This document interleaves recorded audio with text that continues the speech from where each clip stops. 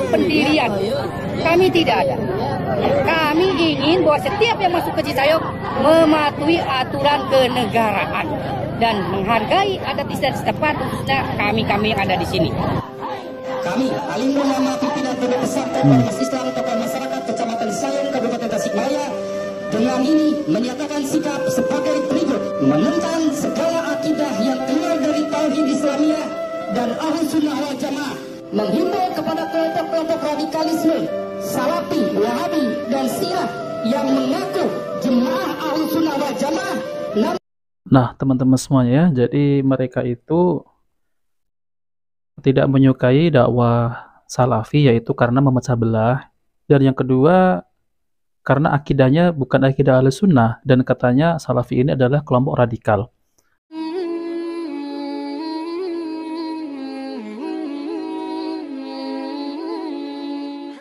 Bismillahirrahmanirrahim. Assalamualaikum warahmatullahi wabarakatuh.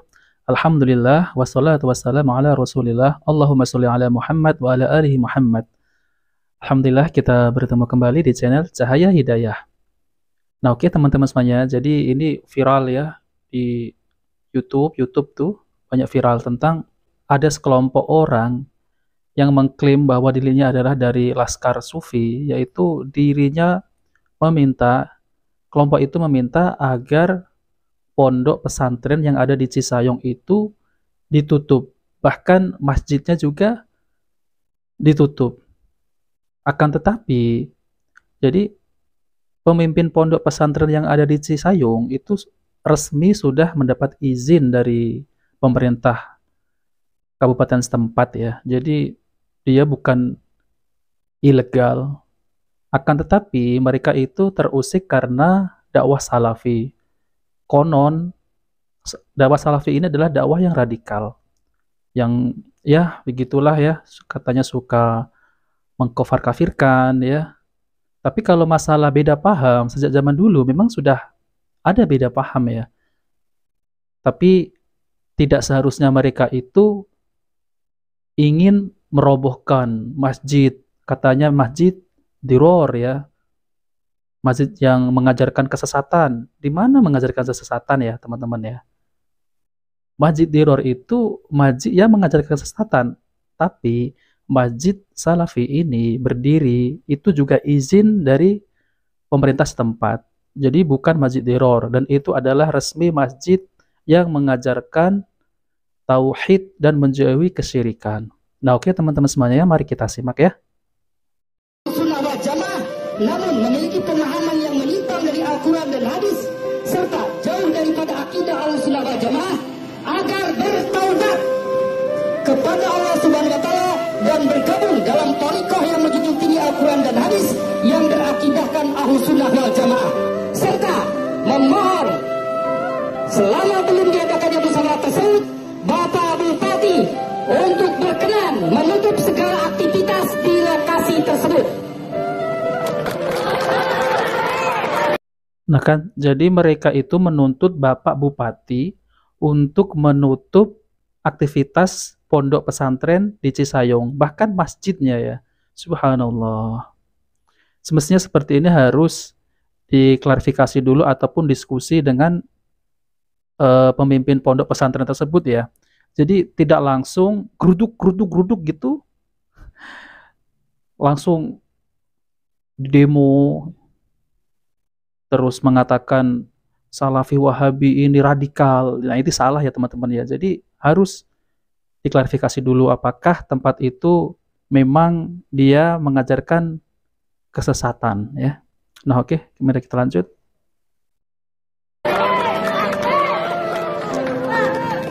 Menghimbau seluruh kaum muslimin dan muslimat Kecamatan Cisayong, Kabupaten Tasikmalaya untuk dapat bersatu dan menjauhkan diri dari prasangka buruk serta mengkafirkan saudara sendiri hanya karena permasalahan khilafiyah.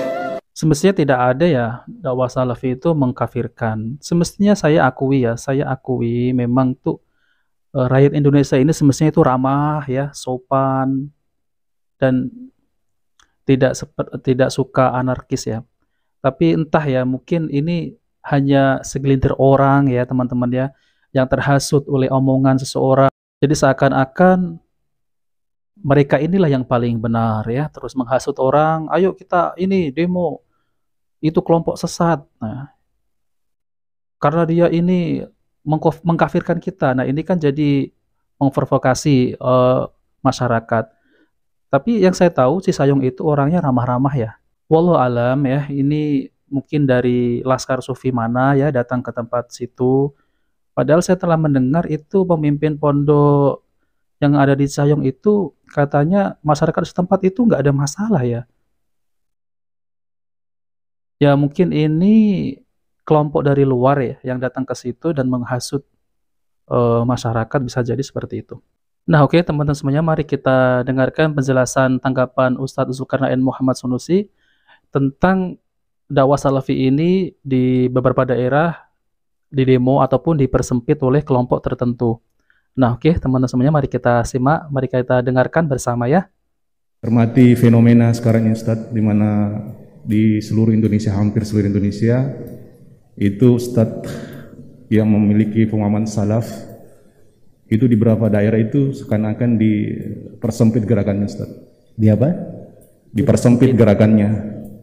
Anggaplah misalnya beberapa masjid itu sudah ada beberapa memang instruksi bahwa di masjid ini dilarang untuk memberikan materi terkait dengan hal-hal yang berbau salafi dalam kurung Wahabi Ustaz.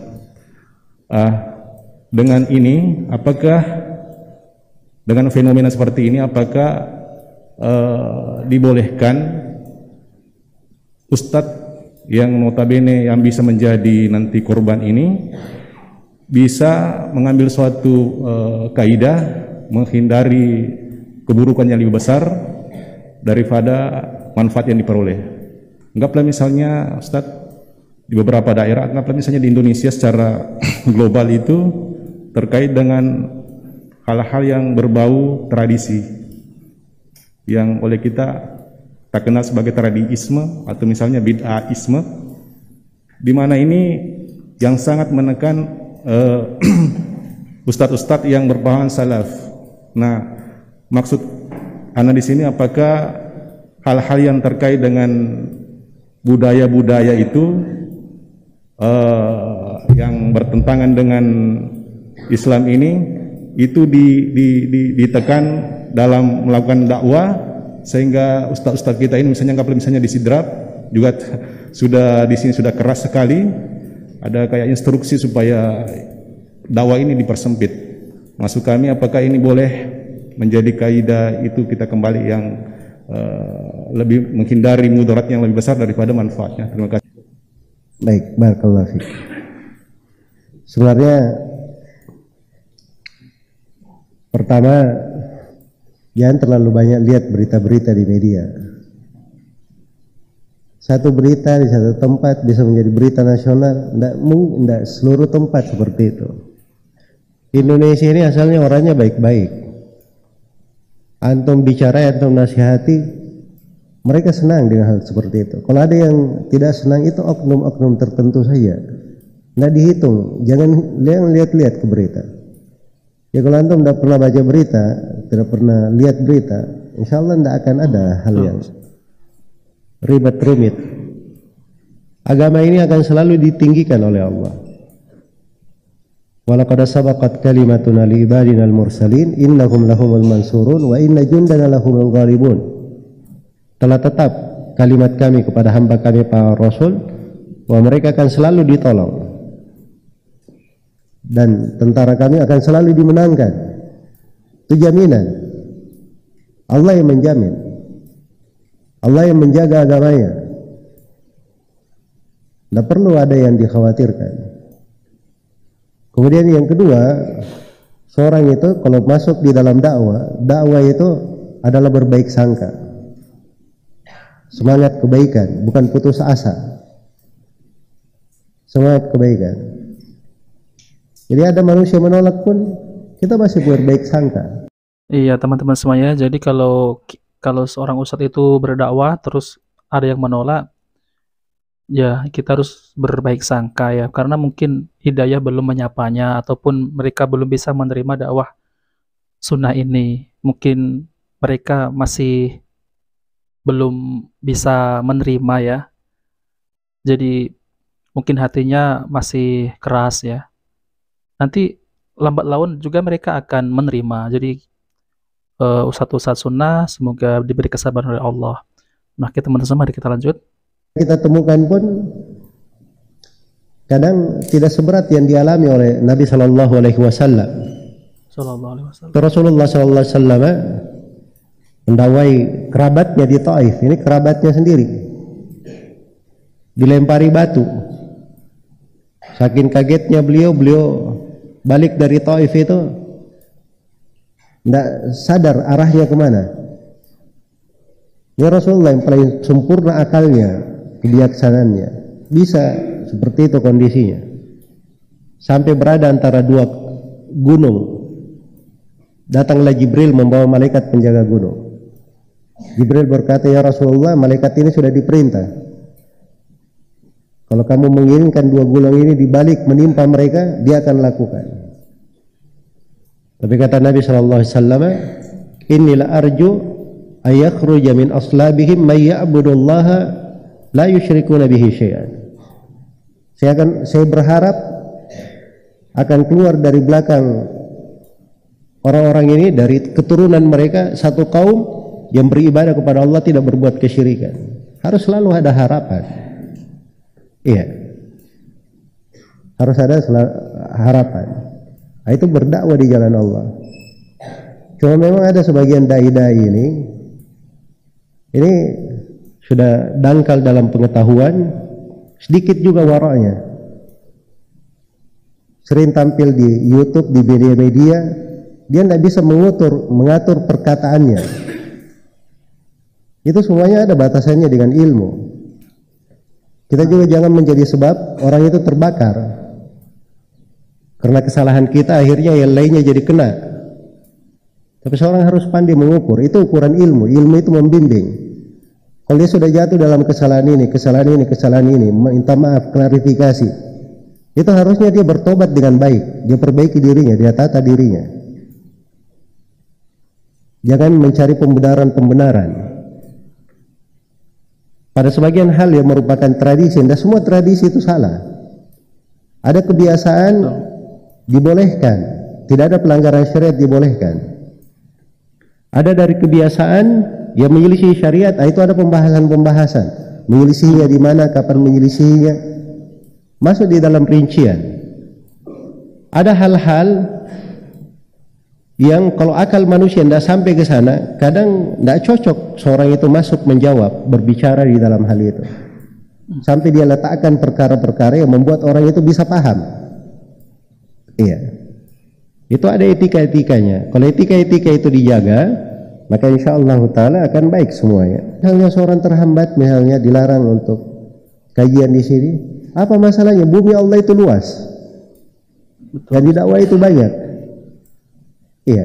Kalau tidak, dia bisa perbaiki dirinya sendiri. Ya ayyuhalladzina amanu alaikum anfusakum la yadurrukum man dhalla idza ihtadaitum. Wahai orang-orang yang beriman, hendaknya kalian benahi diri kalian sendiri. Tidak membahayakan kalian orang yang tersesat sepanjang kalian di atas hidayah. Iya.